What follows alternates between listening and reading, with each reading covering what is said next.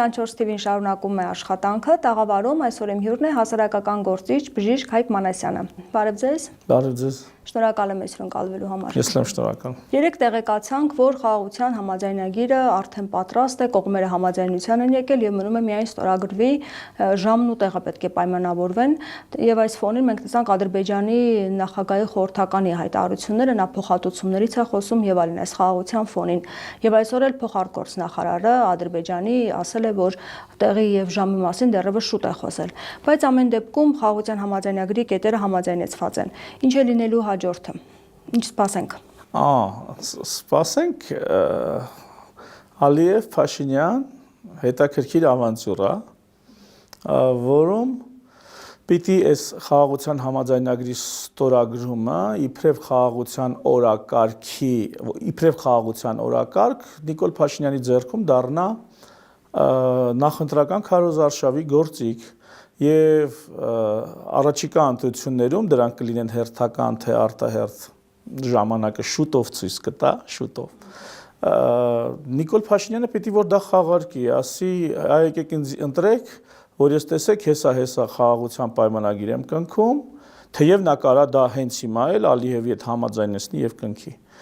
Պիտի ասի եկեք ինձ ընտրեք, որ գնամ կնքեմ այդ պայմանագիրը, այ եթե ինձ չընտրեք, ես կգան ես ռազմաշունչ,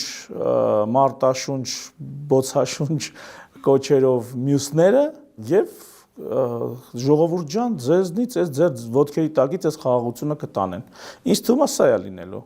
Ու Նիկոլ Փաշինյանը կարա հենց նույն բանը ոչ թե հայերին ասի, այլ Ալիևին ասի, որ եթե դու ուզում ես, արի դե ստորագրի, որտեվ ես կարողա մի տարի հետո չլինեմ։ Իշխանություն չլինեմ, ինձ չընտրեն։ Դե արի քանի քեզ հարմար իշխանությունը Հայաստանում, արի ստորագրենք։ Բայց ինձ թվում է ոչ թե Նիկոլ Փաշինյանը Ալիևին սա դեմ կտա, որ ես մի տարի հետո գուցե չլինեմ, արի ես մի տարվա ընթացքում տեղն ու ժամն ասա ստորագրենք, այլ հակառակն է լինելու։ Գալու է հայ ժողովրդին ասի, դեմ տա, մեզ է դեմ տալու, որ եկեք ինձ ընտրեք, որ ես այս խաղաղության պայմանագիրը ստորագրեմ, այն մյուսներին չընտրեք, ես եմ ստորագրել։ Այսինքն հիմա չի ստորագրվի, կսպասեն ընտրություններին կամ արտահերթ ընտրություններ հնարավոր է անեն, կարծում եք։ Օրինակ, թե արտահերթ թե հերթական, կրկնում եմ, եթե դա ասեցին, որ ընտրություններից հետո ենք ստորագրելու, եկեք Նիկոլին ընտրեք, որ նոր, դա ուրեմն Ալիև Փաշինյան դավադրությունն է Հայաստանի եւ հայ ժողովրդի գլխին։ Եթե այդպես եղավ, եթե սա դավադրություն չի, ուրեմն Փաշինյանը թող, Ալիևն էլ թող համաձայնվի, Փաշինյանն էլ թող պնդի, որ քանի հարմար պահն է, արի ստորագրենք, թե չէ հետո ես այսօր կամ վաղը չկամ։ Նիկոլ Փաշինյանը դա կարա ասի, Նիկոլ Փաշինյանից լավ հարմար Ալիևի համար ոչ ոք չի գալու, ոչ ոք։ Հիմա եթե դա իրոք մեր գլխին դավադրություն չեն կազմակերպում երկու ղեկավարներով, թող գնան ստորագրեն, հարց չկա։ Թող գնան ստորագրեն, աչքս տենա, որ ստորագրում են։ Դու կարծում եք միայն ընտրությունների համար այդ պայմանագիրը ստորագրվում։ Ոչ միայն, ես կարծում եմ նախ այդ պայմանագիրը նախ չի ստորագրվում։ Սկսենք դրանից, չի ստորագրվում։ Այդ պայմանագիրը համաձայնեցված է, այո, բոլոր կետերը։ Նշանակում է լուր, չէ, լուր, համաձայնեցված է։ Այդ լուրը Ալիևը պիտի օգտագործի իր օգտին, թե Հայաստանին ստիպեցի 17 կետերին համաձայնվեն։ Նիկոլ Փաշինյանը պիտի օգտագործի իր օգտին։ Այդ լուրը հիմա երկուսն է խաղարկելու են, ամեն մեկ իր ժողովրդի վրա, բայց մեր վրա խաղարկելը դա շատ ծանր է նստելու։ Հիմա տեսնենք ինչ կլինի։ Ես ասացի պայմանը։ Սևն ու սպիտակը դրանով են որոշելու ու շատ իր կրկնեմ, ոնց են դիֆերենցում, զանազանում։ Եթե ստորագրեցին մինչև Հայաստանում ընտրությունները, հերթական արտահերթ կապ չունի։ Մինչև ընտրությունները եթե ստորագրեցին, ուրեմն իրոք ինչ որ բան էին համաձայնվել եւ իրոք Ալիևն ու Նիկոլը ուզում են բան ստորագրեն։ Խաղաղության պայմանագիր։ Եթե եկան ասացին, որ սա պետք է լինի Նիկոլի ընտրությունից վերընտրվելուց հետո, ժողովուրդ ջան, վերընտրեք Նիկոլին, որ սա ստորագրվի, ուրեմն դա Ալիևի եւ Փաշինյանի միջև լուր համաձայնությամբ, բանավոր պայմանավորված համանդրությամբ, չգիտեմ, իրենց միջև կայացած համաձայնություն, դավադրությունը Հայաստանի եւ հայ ժողովրդի գլխին։ Իսկ միգուցե իսկապես շուտ, երբ որ կնքվի պայմանագիրը, ընտրությունների ժամանակ դա Փաշինյանը ցույց տա որպես ձեռքբերում, ինչպես արդեն իր աշխատակազմի ղեկավարն էր ասում, որ նա միակ դուխով ղեկավարն է, որ կարողացել է այդ հարցը լուծել։ Եվ ժողովրդին ասի, տեսեք, ես պայմանագիրը կնքել եմ, խաղաղության եմ հասել։ Հենց թողանեն։ Ես իմ անալիզի, իմ վերլուծությունը այդքան էլ դրան չի հավատում։ Ես ավելի նենք բաներ եմ տեսնում առաջիկայում։ Դե թող տենց անեն։ Թող ստորագրի, ընտրություններին էլ վեր կենա ասի, ես խաղաղության պայմանագիր եմ ստորագրել։ Թող անի։ Տեսնենք, ապրենք, տեսնենք։ Իսկ ձեզ հասկանալի է Ադրբեջանի կողմից, Ադրբեջանի պահվածքը այս ֆոնին, երբ խոսվում է մի կողմից, որ խաղաղության պայմանագիրը համաձայնեցված է բոլոր կետերը եւ այլն կարող ենք ստորագրել, մյուս կողմից Ադրբեջանի նախագահի խորհրդականն ասում է, բայց Հայաստանը թող հիշի սահմանադրության մասին փոփոխության, փոխհատուցում պետք է տա 30 տարի մեր տարածքներն օկուպացրել է։ Ասում է պահանջները կամ պիտի փոխհատուցում տա, կամ պիտի պահանջները հետ կանչենք երկուսս էլ միջազգային ատյաններից։ Չէ, դրանք առանձին քննարկման ասում է թեմաները։ Չէ, եթե միջազգային ատյաններից հետականչում էլ փոխհատուցում։ Փոխհատուցումը մտնում է այն բանի տակ, որ ինքը պետքա միջազգային ատյաններ բողոքով դիմի ասի Հայաստանը սենց բան արի, պետքա փոխհատուցեն։ Եթե համ հետ են կանչում, համ էլ ինքը իր կողմից փոխհատուցում ա ուզում, դե ինքը կարա այդպիսի բան անի։ Ընդհանրապես ես այստեղ գիտեք, եկեք միջև էս կետ-կետ անդրադառնալը, մինչև կետ-կետ անդրադառնալը, մի հատ ընդհանուր Ադրբեջանի դիրքորոշմանը, հա, ընդհանուր առանձին կետերին չմոտենանք, եթե հետաքրքիր է կքննարկենք։ Տեսեք, Ադրբեջանին երկու բան պետք չի, որ Հայաստանում լինի։ Երկու շատ կարևոր բան Ադրբեջանին խանգարելու է առաջիկայում, հետագայում Ալիևին, հա, կոնկրետ Ալիևին, եթե ոչ Ադրբեջանին։ Ալիևին խանգարելու երկու բան։ Մեկ, խանգարելու է նրան, որ Հայաստանում կգան այնպիսի ուժեր, ովքեր կպատրաստեն բանակ, կպատրաստեն դիմադրություն ու կկարողանան Ադրբեջանի այս շանտաժներին չտրվել։ Կախվածությունը ադրբեջանական քմահաճույքից կփոկեն, կախվածությունը ուրեմն կվերացնեն, հա, կչեզոքացնեն, կասեն վերադարձի ելմանկետեր, միգուցե նույնիսկ Ղարաբաղի հարցում ավելի շուտ վերադարձի հարց բարձրացնեն, թեև Ռոբերտ Քոչարյանն ասաց, որ վերադարձի հարցը, մի խոսքով, միայն կարելի է վերադարձի հարց խոսալ, կարգավիճակի մասին խոսալն ավելորդ է։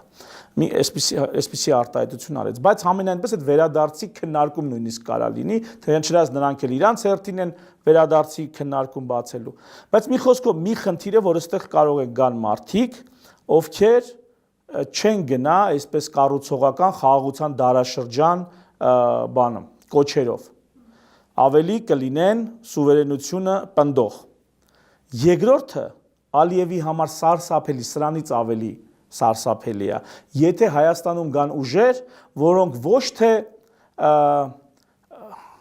ավտոկրատ կամ ավտորիտար իշխանություն են, այլ դեմոկրատիա են բերելու։ Դեմոկրատիա այն իմաստով, որ ժողովուրդը մասնակցելու է քաղաքականությանը, ազատ շուկան կարգավորելու է տնտեսական հարաբերությունները, անհատի իրավունքները լինելու են այնքան բարձր մակարդակի վրա, որ նախանձելու են Ադրբեջանից, նայելու են, ասելու են հլը սրանց տես, պատերազմը պարտվեցին, ոնց որ Գերմանիային էին նախանձում Ռուսաստանը, հա, սովետները, նայում էին, ասում են հլը սրանց տես, կամ Ճապոնիային էին նախանձում, չգիտեմ, ասենք էլի նույն սովետները, որ հլը սրանց տես, համ պարտվեցին, համ հլը ինչ թռիչքի են հասե։ Սա նույնպես Ալիևի համար ընդունելի չի։ Այսինքն նա երկու բան պիտի ապահովի։ Չթողնի գան ռազմական ազգայնական ուժեր եւ չթողնի գան իրականում ունակ կարող ժողովրդավարական ուժեր, ազատ մտածող, անհնազանդների հանրություն չպիտի թողնի ձևավորվի։ Այս երկուսին հակակշիռ այսօր Նիկոլ Փաշինյանն է, որ խաղաղության դարաշրջանը քարոզում իբրև թե եւ որևիցե տնտեսական, ժողովրդավարական, որևիցե լուրջ ինստիտուտ, որևիցե լուրջ պետական կառավարման համակարգ, որևիցե լուրջ տեղական ինքնակառավարման անկախություն կամ ինքնավարություն, հա, հենց հիմա տեղի ունեն տեղական ինքնակառավարման ընտրություններ, եւ ինքը առաջ չսկսած քարոզարշավ ինքը ելույթ է ունենում վարչապետ հալին խառնվում է տեղական ինքնակառավարման ուրեմն քարոզարշավին քարոզարշավը չսկսած կամ այնտեղ որտեղ իրենց մրցակիցներն են հաղթել նրանց ձերբակալեն ինչ որ քրեական հետապնդման ենթարկել հետո ինչ որ մեկ ուրիշին բերել իրենց ցանկալի մարդուն դրել տեղական ինքնակառավարության պետական եւ տեղական ինքնակառավարման ապարատում մեծ խնդիրներով այսպես դիոլա գնացող Նիկոլ Փաշինյանը Ալիևի համար ամենահարմարն է եւ նա ամեն ինչ անելու է որ այս վիճակը մեզ մոտ հնարավորինս երկար տևի շարունակվի Նիկոլ Փաշինյանն էլ ամեն ինչ անելու է որ սա տևի որովհետեւ արդեն մեծամոլականով տարել է իրան որ սա ինքը նոր սահմանադրություն է բերելու 4-րդ հանրապետությունն է հիմնել տարել է պատմության մեջ ինքը ուզում է իրական Հայաստան է կերտում դա իրական Հայաստանը հենց այդ իր մեծամոլականն է բայց դա ավելի շուտ իրական Ադրբեջանն է ինքը կերտում այդ իրական Հայաստանը վերցեք ինքը իրական Ադրբեջանն է ինչ տարբերություն իրական Հայաստանի կոնցեպտը ինչով իրական Ադրբեջան չի Ադրբեջանի որ Թանինա թթու ասում որ կետով օրինակ դա իր վերցրեք հաթաթ նայեք ինչ կա այդ ամեն ինչի մեջ դա ավելի շուտ իրական Ադրբեջանը քան թե իրական Հայաստան հետևաբար այս երկուսը թույլ չտալու համար էլի Ալիևը ձգտելու է որ լինի Նիկոլ Փաշինյան հետևաբար իրանց այդ կետերը որ իրանք բերում են մշտապես այնպիսի կետեր որոնք ոչ թե զարթոնքի գծի վրա այլ այսպես ճլորած այսպես նվաստացած այսպես հավեսները փախած ընկճախտով համակված այս վիճակի մեջ են դնելու որովհետև այս վիճակում է երաշխավորված որ նրանք չեն ուզենա չեն համարձակվի ինքնուրույն պաշտպանություն, բանակ եւ ներքին ամուր կառուցվածքներ, ժողովրդավարություն, ազատ շուկա, մարդու իրավունքներ, կառավարման պետական համակարգի, այսպես ճկուն, հմուտ մեխանիզմներ, այս սրանց չի դիմի ժողովուրդը այս ընկճախտի դեպքում եւ մնացած իրանց պահանջները այդ 17 կետին ավելացրած պահանջներ են 17 կետ համաձայնեցրել են իբրև թե բայց այնտեղ հենց հաջորդ օրը երկու կետ արդեն ավելացնում են։ Այո, եւ բացի այդ կան հարցեր կարևորագույն, որոնք խնդրահարույց են եւ անընդհատ կարող են ռազմական գործողությունների առի դառնալ, որոնք խաղաղության պայմանագրից առանձնացված են։ Օրինակ սահմանազատման հարցը, չէ, դա ճանապարհների ապաշրջափակման հարցը, բայց դեպքում խաղաղության պայմանագրի մեջ ի՞նչն են կամենում։ Դա լավ է, որ ճանապարհների ապաշրջափակումը խաղաղության պայմանագրի մեջ չի, շատ լավ է։ Ինչու է լավ։ Բայց դա նաև խնդիրների առարկա է դառնալու։ Հիմա կարող եմ արդեն ազատ դրա մասին խոսալ։ Ուրեմն տեսեք, եթե ճանապարհների ապաշրջափակումը դու դնում ես խաղաղության պայմանագրի մեջ, վաղը չեմ ուսոր ինչ որ ճանապարհային ինցիդենտ բան կամ միտեղ դու փակեցիր, ասեցիր, ստեղով չպետք է անցնես, դու արդեն ոտնձգություն ես անում են խաղաղության պայմանագրին։ Հասկանում եք ոնց։ Դու քեզ հիշեցնելու են որ ընկեր խաղաղության պայման մենք խաղաղություն ենք կնքի այս պայմանով հիմա դու հրաժարվում ես այդ կետերից որևիցե մեկից ես կհարցակվեմ դու չես թողում ես քո տարածքով գնամ գամ ես կհարցակվեմ իսկ եթե դրանք առանձնացված են այդ խաղաղության չգիտեմ հարաբերությունների կարգավորման պայմանագրից ճանապարհների հարցը ապա սա առանձին ինքնուրույն ապրող process է ինքնուրույն ապրող խնդրեմ է որը ավելի մեծ սուվերենությունը մի խոսքով մեծ է այնքան ինչքան ստեղ քիչ կետեր կան որովհետև Ադրբեջանը իր ուզածը մեկը զենքով գոնե առաջիկա տարիներին զենքով իր ուզածը անելու է եթե իրան ինչ որ բան դուր չեկա անկախ նրանից պայմանագիրը դու հղում ես անելու ինչ որ պայմանագրերի միջազգային ատյանների մյուսին Ադրբեջանին պետքա այսինքն այդ թղթի վրա ինչ որ բան գրածը իրան շատ չի կանգնացնելու Իհարկե դա որոշակի զսպման մեխանիզմ է, բայց ավելի լավ կլինի, որ հնարավորինս պայմանագրի հետ քիչ կապ ունենա մեր տարածքները, մեր ճանապարհները եւ այլն։ Այդտեղ պետք է լինեն այնպիսի դեկլարատիվ կետեր այդ պայմանագրում, ինչպիսին միջազգային իրավունքն է։ Տարածքների ամբողջականություն, ներքին գործերին չխառնվել, այնպես ինչպիսի միջազգային իրավունքի սկզբունքներն են, այդպիսի բաներ պիտի գրած լինի։ Միջազգային իրավունքի սկզբունքներում տես բան չկա, որ քո տերիտորիայով գնալ գալը ճանապարհների ապաշրջափակում ինչ որ պարտադիր պայման է քո համար, չէ։ Դա լավ է որ դուրս է առանձին է, դա շատ կարևոր է որ առանձին է։ Այ եթե դա էլ մտցնեին այս ամեն ինչի մեջ, այդ դեպքում դա չնայած հիմա էլ դա պարտվածի, այսպես ծնկի եկածի դիրքերից ես դու ստորագրում, բայց արդեն բացարձակ նսեմացում կլներ, եթե սա էլ սրա մեջ մտցված։ Ուղղակի խնդիրն այն է, որ ժողովուրդը ուրախանում է, որ վերջապես խաղաղության պայմանագիր կկնքվի, բայց դրա զուգահեռ այնպիսի գործընթացներ են ընթանում, սահմանազատումը, որը բավականին վիճահարույց, խնդրահարույց է, նույն ճանապարհների ապաշրջափակման հարցը, որոնք անընդհատ կարող է վեճերի նաև սադրանքների առիթ դարձնել Ադրբեջանը օգտագործել Հայաստանի դեմ։ Այսինքն դեռևս չլուծված հարցեր են բազմաթիվ։ Էրինա ջան, Շվեյցարիան ինչի է բանակ պահում։ Շվեյցարիան ինչ խնդրեմ ունի, չէ՞։ Ինչ խնդրեմ ունի, բայց բանակ է պահում։ Բայց այս բաների համար են բանակ պահում, որտեղ բոլոր ստորագրած պայմանագրերը պետք է այդ պայմանագիրը սպասարկող երաշխիքներ ունենան։ Այդ երաշխիքը որտեղ է։ Չկա մի միջազգային ոստիկան, որ գնաս ոստիկան դիմես կամ միջազգային դատախազ ուն դիմես, ինքը կգա քո խախտված իրավունքը կվերականգնի։ Դա դրա համար է, որ այդ ստորագրությունները եթե խախտվեն, վերականգնես այդ քո խախտված իրավունքը ինչով, ուժով, ուրիշ ինչով։ Քո եւ քո դաշնակիցների, եսի կարևոր է, այսինքն դա միանձնյա չի, էլի, քո եւ քո դաշնակիցների ուժով։ Մենք հիմա ոչ մեր ուժի հետ կապված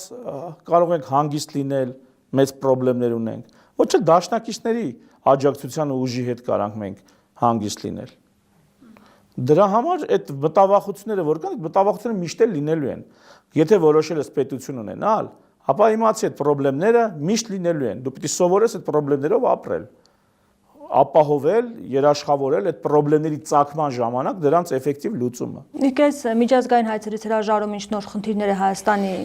առաջ կանգնացնելու եւ ինչու որոշեցինք գնալ այդ քայլին, թեև ասում եմ փոխադարձաբար սկզբունքով է լինելու, որքանով Ադրբեջանը կպահի դա։ Նախ չորոշեցինք։ Բանակցել են Նիկոլ Փաշինյանն ու Ալիևը։ Իշխանությունը որոշեց։ Նույնիսկ Հայաստան-Ադրբեջան չեմ պատկերացնում սա որպես գործարք։ Սա Հայաստան իմ տեսանկյունից։ Սա նույնիսկ Հայաստան-Ադրբեջան գործարք չէ, սա Նիկոլ Փաշինյան-Ալիև։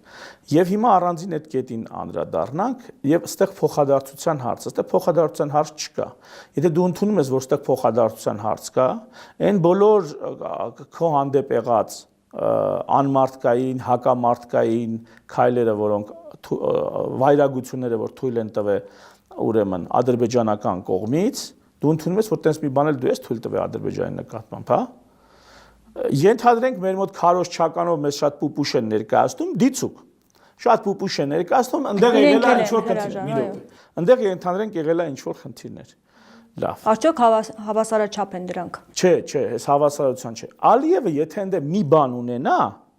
նա էլի զենքի զորով վնասը տալու է։ Նա չի գնալու միջազգային ատյաններին դիմ։ Ինչ է կարծում, Ալիևը դիմելու է միջազգային ատյաններին, ասի գիտեք ինչ, հայերը այսպես, հենա Արցախի նախկին առաջնորդներին հավաքել դատումա, չէ։ Ասի նա միջազգային ատյանին է դիմում։ Ասում է, «Սենց բան ա եղել», ինքն իր ձեռքով բռնել է դատումա։ Հիմա վաղը մի բանից դժգոհ լինի, ինքն իր զորքով այդ բիրտ ուժով իբրև թե իր պատկերացրած ճիշտը առաջ է տանելու, չէ՞։ Սենց, այսինքն ինքը միջազգային ատյաններին դիմողը չի։ Միջազգային ատյաններին դիմողը մենք ենք։ Հայաստանն է։ Որը հրաժարվում է դիմել։ Երբ կետից հրաժարվում ես, դա միակողմանի հրաժարվել է։ Հիմա դուք նշում եք, որ այն Հայաստանը, որ Փաշինյանը պատկերացնում է, դա ադրբեջանական Հայաստանն է։ Ինչ խնդիրներ եք դուք տեսնում, որովհետև Փաշինյանն ասում է, որ իրական Հայաստան գաղափարախոսությամբ ենք մենք գնալու ընտրությունների, եւ եթե ժողովուրդը քվեարկի Փաշինյանի օգտին, նշանակում է ինքը համաձայն է իրական Հայաստան գաղափարախոսությանը։ Դա է դուրս գալիս եւ ինքը ոչ թե անում է այն ինչ որ ինքն է ծրագրել կամ իր թիմը, այլ ժողովրդի պահանջն է իրականացրել։ Նախ դա գաղափարախոսություն չի։ Իրոք դա գաղափարախոսություն չի։ Գաղափարախոսությունը շատ ավելի համակարգված, լուրջ, բազմաբաղադրիչ, օրգանապես մի համակարգ է ամբողջական, էլի։ Դա ընդհանրապես մի հատ միտք է, որ վերցրել է Վանո Սիրադեղյանից իդեպ։ Դա ընդհանրապես մի միտք է, որ պատմականի հետևից չգնենք, հա, եկեք ինչ ունենք, դրանով սահմանափակվենք։ Եկեք դրա մասին մտածենք։ Ну, այն ինչ ունենք, եկեք դրա մասին մտածենք, վատ բան չի, իհարկե վատ բան չի։ Այն ինչ ունեցել ենք, դա հիշենք, դա հարգենք, դա էլ վատ բան չի։ Լավ բան է։ Հա, հիմա եկանք դա արդեն Ադրբեջանի հետ։ Ինքը ուրիշ բաներ է խոսում։ Ինքը ուրիշ բաներ է խոսում, որոնք հոգուտ Ադրբեջանի են։ Դա ավելի շուտ իրական Ադրբեջանի է։ Մասնավորապես որը, մասնավորապես հայրենիքն ու պետությունը նույնացնելը։ հայրենիքն ու պետությունը ո՞նց է նույնը։ Ես հիմա կոպիտ ասեմ, ես ծնունդով ախալքալակցի եմ, ծնունդով։ Ես ապրել եմ սովետական Հայաստանում, հա, իմ հայրս վեդիից է։ Ես ծնունդով ախալքալակից։ Իմ պապերը ջավախքեցի Էրզրումից եկած։ Ու ես ճանապարհը որ ասեմ, հիմա կասես այս մեր Գերդաստանի մորական կողմի հայրենիքը ո՞րն է։ Էրզրումն է։ Թե որ Էրզրումից եկան ջավախ դարավ ռուսական կայսրությունը։ Հետո էդի որ դարավ Կովկասյան կոնֆեդերացիա, դարավ կոնֆեդերացիա։ Մի մարդը կարա 5 հատ հայրենիք ունենա։ Կարա տենց բան լինի։ Եթե այս մեր տունն է, Էրզրումը թողեմ, մենակ ջավախքով։ Այդ ջավախն եղել է ռուսական կայսրության ազդեցության տակ։ Եղել է կոնֆեդերացիա, եղել է վրացական ՍՍՀ, եղել է հիմա էլ անկախ Վրաստանը, հա։ Հիմա այս 4 պետությունից, ասենք լրիվ տարբեր պետություններ են։ Ընդ շրջանայինը Թուրքիան եկեք կռվով անցել է այդ կողմերով, հետո հետա նահանջը։ Հիմա այս 4 պետությունից ո՞րն է այդ մի ընտանիքի, նույն ընտանիքի հայրենիքը, նույն տանը, նույն հողում, ո՞րն է 4 հայրենիք են ունեցել։ Հիմարությունը հասկանում ես պետությունն ու հայրենիքը նույնացնելը։ Պետությունը դրանք պետությունն է, հայրենիքը դա մինչև պետությունների առաջանալն է, դա հայրականա հայրենիի նկատմամբ հարգանքն ու կապի զգացումն է, էլի կապն է, սերն է։ Հիմա ժողովրդին ընկալելի է այս գաղափարախոսությունը։ Ես չգիտեմ ժողովրդին ընկալելի է, թե չէ, դա ամբողջ ազգին նույնիսկ սա ընկալելի լինի, ինձ համար ընկալելի չի։ Եվ սենց հայրենիք պետություն նույնացնել։ Հիմա Ղարաբաղցու հայրենիքը ո՞րն է։ Ո՞րն է Ղարաբաղցու հայրենիքը։ Հայաստանի Հանրապետությունը, թե Ադրբեջանի Հանրապետությունը, ո՞րն է։ Հիմա թող ինքը այդ հարցին ասի։ Կամ չգիտեմ, Կիրովաբադի ջարդերը վերապրած հայի հայրենիքը ո՞րն է։ Ո՞րն է։ Քաղաքացիությունն ու բանը նույնացնում ես, այ ընկեր, տես չի էլի։ Ինչի է դա արվում, ինչ նպատակ ունի, կան ծածուկ։ Ուշադիր, ստե կարևորը ո՞րն է, որ հայրենիքը ուշադիր։ Դա հայրենի հորականի նկատմամբ արմատների, անցյալի, հորականի։ Այսինքն, եթե հայրը մարդը ինքն իրանով հայրենիք չի որոշում։ Նա իր հոր հայրականի, պապականի միջոցով է դա որոշվում։ Այնինքն դա ոնց կարելի է պետության հետ նույնացնել, ես չեմ հասկանում, էլի։ Ինչի, որ իրական Ադրբեջան քարոզ ես։ Դա իրական Ադրբեջանի քարոզ է։ Հայերի գլխին փաթաթած։ Դա խոսույթ է, որը Ալիևին հաճոյանալու, դուր գալու, բայց իբրև թե փրկում է Հայաստանը։ Հա ինքեր կարելի է այդ մարդկանց հետ մի քիչ ուրիշ ձև խոսալ։ Հասկացանք, հա պատերազմը պարտվել են։ Եվ հա հետո հասկացանք։ Իրանք էլ էին պարտվել։ Այտենց է պահե իրանց։ Եվ հիմա այս քարոզչությունը, որ արվում է, որպեսզի ընդառաջ այս ավելի ճիշտ Ադրբեջանի եւ Թուրքիան, որպեսզի հարաբերությունները կարգավորվի, որքանով է ազդում առհասարակ այս ամեն ինչը իրենց վրա, որովհետեւ գաղափարախոսական լուրջ, այսպես դասընթացներ է Փաշինյանը իրականացնում, եւ այսպես սոցիալ հոգեբանությունը պետք է ժողովրդի փոխեն։ Դե այդ ընթացքի մեջ է ասում են։ Դուք տեսնում եք։ Ընթացքի մեջ անումա չի կարգավորվում։ Իսկ կարող է դա չանել էլի ընթացքի մեջ լիներ։ Հիմա կարող է ես փորձեմ էլի նույն Ադրբեջանի հետ կամ Էրդողանի հետ, Թուրքիայի հետ, էլի շարունակենք ոչ էս ամեն ինչով։ Լրիվ։ Բայց նրանց պահանջը դա է, որ ցեղասպանությունը կարող է ընթացքի մեջ լինի։ Նրանց պահանջը ո՞րն է, ցեղասպանությունից, ցեղասպանության պատմության մեջ այդ փաստը այլևս արկա է։ Այդքան պետություն կարող է Հայաստանի բանը թելադրանքով են այդ մարդիկ ընդունել։ Այդքան պետություն ճանաչել է, չէ՞։ Ճանաչել է, այդտեղ խո մենք չենք գնացել իրանց փոխարեն կվյարկել։ Դե հա, բայց իրենք պահանջում են այս ամենը եւ դա պետք է իրականացնել։ Նույնիսկ համադրությունից անկախության հռչակագիրը հանել։ Անկախության հռչակագրի հարցը դի մի քիչ ուրիշ է։ Էդի ուրիշ է։ Դե իրենց պահանջների մի մասն է։ Այդ հարցը ուրիշ է։ Դու էլ հիմա քո պետք է պահանջ ներկայացնես, ասես ով որ քո տարածքների, պետականորեն քո իշխանության տակ գտնվող տարածքների հետ կապված բան, դու էլ նույն բանը կաներ։ Նույն բանն ես անելու։ Այնպես չի որ մենք ուրիշ բան կանեինք, ասում եք, էսքի են իրանք սենց անում։ Այդ նույն բանը մենք էլ կանենք։ Բայց իրենց համանդրության մեջ էլ պահանջներ կա Հայաստանի հանդեպ։ Հասկանալի է, տեսեք, նայեք, ոնց ասեմ։ Հիմա որ պարտված ենք, մենք չենք կարող պահանջներ կասնենք, որ իրենք էլ ուրեմն փոխեն համանդրություն։ Ինձ համար մեկ է այդ ինչա գրած։ Անկեղծ ինձ համար մեկ է։ Ինձ համար մեկ անդե իրանց ինչա գրած։ Ես զարմանում որ ինձ համար մեկ չի ստե ինչա գրած։ Լուրջ։ Ինչա գրած։ Ես մեկ է ուղղակի անընդհատ ճնշելու, ստորացնելու, այո, այսինքն դա առիթ է, դա պատրվակ է, դա պատրվակ է, դա պատճառ չի։ Դա պատրվակ է։ Ինքս մեր անկախության հռչակագրի հետ կապված բազմաթիվ պրետենզիաներ ունեմ եւ բազմաթիվ անգամ դա ներկայացրել եմ։ Հələ Ալիև, Փաշինյան sense խոսակցություն չկար։ Ես ասում եմ ոնց կարա նոր անկախ պետությունը, նոր ձևավորվող պետությունը մի փաստաթղթի մեջ իրեք ձգտում փաստաթղթավորի ցեղասպանության հարց, Արցախի հարց եւ անկախ լինելու հարց։ Այն դեպքում, երբ որ անկախ լինելը լինելու է Սովետ միությունից, իսկ Ռուսաստանից ես ուզում անկախանաս, բայց Ռուսաստանից անկախանալով Ղարաբաղի հարցը դա Ռուսաստանով կարգավորվող հարց էր։ Թուրքիայի հետ արճակատումն, նատոյական Թուրքիայի հետ արճակատումն էլ էլի դու Ռուսաստանով համ նրանից անկախանում ես, համ նրան ասում ես արինձի պաշտպանի, համ հայոյում ես երկու կողմից գտնվող հարևան պետության, համ երրորդ պետության ում նույնպես հայոյում ես, անկախանում ես իրանց։ Ասում ես գնա, ես չեմ ուզում քո հետ մի պետության մեջ լինեմ, ասել ես գարի ինձի փրկի, այդ ո՞նց էիր դու դա անելու։ Այսինքն ես այդտեղ լուրջ խնդիր եմ տնում։ Երկրորդ, անկախության հռչակագրում որպես փաստաթուղթ, դու ոչ թե քո արտաքին իմ պատկերացումն ասեմ, ոչ թե քո արտաքին այն խորը ցանկություններն ես հռչակում։ Դու քո ներքին ապրելու կարգն ես հռչակում։ Մեր մոտ ներքին ապրելու կարգի մասին ըստ էության հոդաբաշխ գրանցում չկա,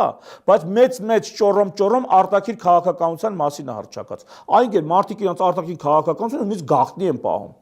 Դուք էդի հռչակում եք, հասկանում եք, թարս տեղից ենք սկսել։ Փոխանակ անկախության հռչակագիրը, հռչակի քո ներքին կարգը, ներքին արժե համակարգը, ներքին, արտաքին էլ ցեղասպանություն էր ուզում ճանաչել տայր։ Գնա իրանեիր։ Արցախի հարց ունեիր, աներն չես գրել է։ Այդտե գրել ես, որ ինչ անես։ Այդտե մենակ պետք է գրես, որ դու անկախանում ես, ու գրես գոնե ումից։ Մեր անկախության հռչակագրում գրած չի ումից ես անկախանում։ Իմ պրետենզիաները այդ ցուցակ կարամ ներկայացնեմ։ Ցուցակի մեջ մի կետն էլ դա է, այ ընկեր, եթե դա իրոք անկախության հռչակագիր է, ինչի՞ չես գրել ումից ես անկախանում։ Ընդ գրած չի այդ, բացի մենք անկախանում ենք ումից։ Այսինքն դուխը չէր հերիքում, ասես Ռուսաստանից կամ Սովետական միությունից, դուխը չէր հերիքում, բայց հերիքում էր, որ դու ասես ես անկախանում եմ։ Այսքան մի քանի կետով ուզում ասեմ, այդ ինձ էլ դուր չի գալի, բայց հիմա հարց, լավ գրած է, ինչ։ Գրած մեր համանդրության մեջ է շատ խելոք լավ բաներ է գրած, բայց ինչ։ Հենց հիմա տեղական ինքնակառավարման մարմինների ավտոնոմիան միջամտվում է վարչապետի կողմից։ Սահմանադրության մեջ դա դեմ է։ Հենց այս վերջին ամիսներին դատական իշխանություններին միջամտեց բանը Կարեն Անդրեասյանին SMS-ով ազատեց աշխատանքից։ Դա հակասահմանադրական էր։ Հովիկ Աղազարյանի նկատմամբ հետապնդումն է, դա հակասահմանադրական է։ Այնքան հակասահմանադրական բան է։ Եվ ինչի արվում է ամեն ինչը կարծում եք։ Էլի ընտրություններից ես կուզենամ այդ գրածը արել ես, եկեր հասցրել պրեամբուլան, որի մեջ հղում կա բանին։ Մի խոսքով, բայց նրանց պատրվակ պատճառը պետք բերել են այդ պատրվակը, կներեք ոչ թե պատճառ, պատրվակը առիթը օգտագործում են բզբզելու համար ոչ կառուցողական վարքագիծ դեստրուկտիվ վարքագիծ դրսևորելու համար։ Հիմա իշխանության կողմից այս խստացումները, որոնք արվում են, ինչի մասին քիչ առաջ հիշատակեցիք, նախ թիմում մասնավորապես Գյումրիի ընտրություններին Փաշինյանի ներգրավվածության, քաղաքական ելույթի մասին, նախկինների ներկաներին հիշելու եւ այլն, բացի այդ թիմակցի նկատմամբ ճնշումներ, Տարոն Մարգարյանի նկատմամբ ճնշումներ եւ այլն, այսինքն որ պետք է անձեռմխելիությունից զրկի դատախազը գա։ Ինչի համար է այս ամենը արվում, էլի ընտրություններից առաջ արվող քայլեր են, թե ինչ նպատակով։ Ուղիղ չեմ կապի դա ընտրությունների հետ, բայց Հովիկ Աղազարյանը շատ է խոսում։ Իդեպ լսեք իր հարցազրույցները, շատ հետաքրքիր գաղտնիքներ է բացում։ Գաղտնիք մեզ համար գաղտնիք չի, բայց որ արդեն ինքը փաստարկված է դա ներկայացնում, դա հետաքրքիր է ահագին։ Լսեք, շատ է խոսում եւ ինձ թվում է իր բերանը պետք է փակեն։ Դրա համար իրանց պետք է կալանավորեն, որ ինքը որոշ շրջան չխոսա, որտեվ ինչքան շատ խոսա, այնքան շատ է իրենց հեղինակությանը, այսպես ասած, վրա ազդելու, բացահայտելու իրենց խայտարակ ներքինն ու արտաքինը, ինչքան շատ խոսա։ Բացի այդ Հովիկ Աղազարյանը լինելով, եթե ոչքան գիտեմ, մաթեմատիկա ինքը էլի, լինելով ճշգրիտ գիտությունների տրամաբանող մտածելակերպ ունեցող մարդ, բավականին այդ լավ է կառուցում իր միտքը, երբ որ ներկայացնում է, թե ինչ խայտարակ վիճակում են եւ ովքեր ինչեր են թույլ տվել իրենց եւ շարունակում թույլ տալ։ Այդ առումով կարող է խանգարի Տարոն Մարգարյանի մեղադրանքները կցում են Վարյանի չլինի հատուկ հետապնդում Հովիկ Աղազարյանին, տեսեք Տարոն Մարգարյանի եւ այս մեկին ինչ ասեմ, շինծու էլի վերևից վարչապետի կողմից պատվիրված, հրահանգված process գործընթաց։ Իսկ Գյումրիում ինչ է սպասվում, կարծում եք, կարճ Չեմ կարող ասել, գյումրեցիները, տեսնենք գյումրեցիները ավելի շատ այդպես չեզոք են նայում, լուրջ, որքան ես եմ հասցրել ծանոթանալ, առանձնակի ողջևորված չեն այդ ընտրություններով, տեխնացուներով առանձնակի ողջևորված չեն, որքանով որ ես եմ հասցրել ծանոթանալ, բայց տեսնենք, հուսամ ժամանակ կա ողջևորվելու եւ ամեն դեպքում իրենք այսպես թե այնպես կմասնակցեն եւ իրենց խոսքը կասեն, որովհետեւ չգիտեմ, ավարտել Սարիկ Մինասյանը կարող է հաղթել շանսեր ունի, էականը դա չի, էական չի ով հաղթելու։ Դա իրանց տեղական ինքնակառավարման խնդիրն է, թող իրենք գյումրեցիներով լուծեն, բայց կարևոր է մասնակցայնությունը, ժողովուրդ կամ դուք եք զբաղվում քաղաքականությամբ կամ քաղաքականությունն է զբաղվում ձեզնով, կամ դուք գնում եք ինչ որ մեկին քվեարկում եք, թող որ դա լինի չարյաց փոքրագույնը, բայց ինչ որ մեկին կամ դուք քվեարկում եք, մասնակցայնություն եք ապահովում, եւ ցույց եք տալի, որ դուք ձեր ճակատագրին տեր եք։ Վաղը այդ մարդիկ գալու են,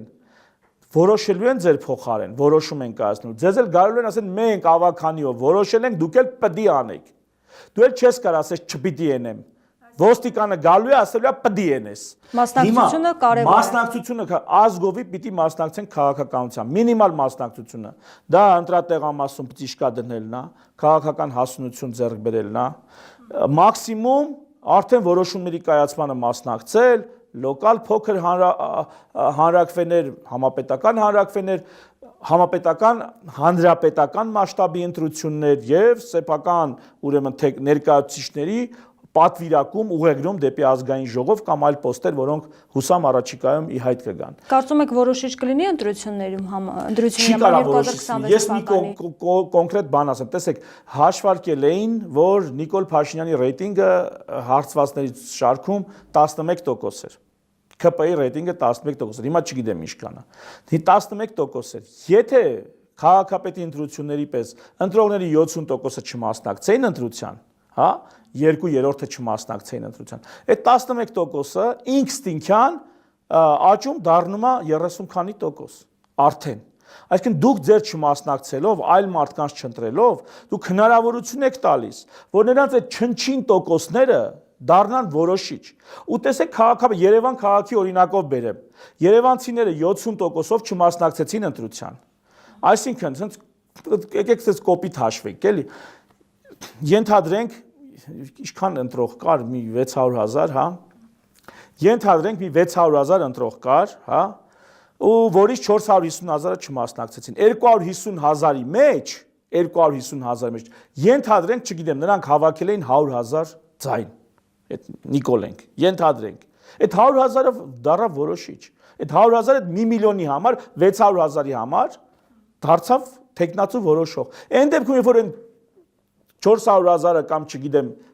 450,000-ը մասնակցեին, 2/3-ը մասնակցեին։ Այդպես չէր լինելու։ Այդ 100,000-ի ձայները կլղոզեին կգնար,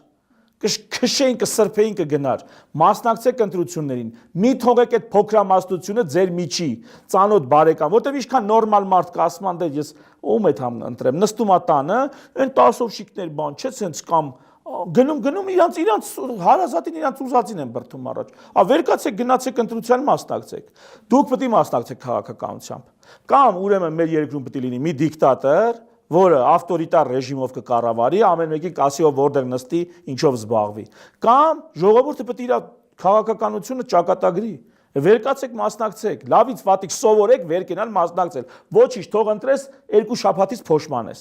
Բայց գնա ու մեկին ընտրի, չարյաց փոքրագույնը ընտրի, մի նստի տունը, ու սա վերաբերում է ամբողջ հայ ժողովրդին, հայաստանցիներին։ Մենք պետք է մասնակցենք քաղաքականությամբ, թե չէ մի պուճուր համակիրներ, 10-ով շիկներ, հավաքվում գնում իրանց հարազատին, ընտրություններին մասնակցելով, դարձնում են բան, պաշտոնյա, հետո 5 տարի այդ պաշտոնյան քարը աղում գլխներից։ Դες չի կարելի։ Շնորհակալ եմ զրույցի համար։ Զրուցակիցս հասարակական գործիչ բժիշկ Հայկ Մանասյանն էր, շարունակեք մեզ հետևել, կհանդիպենք։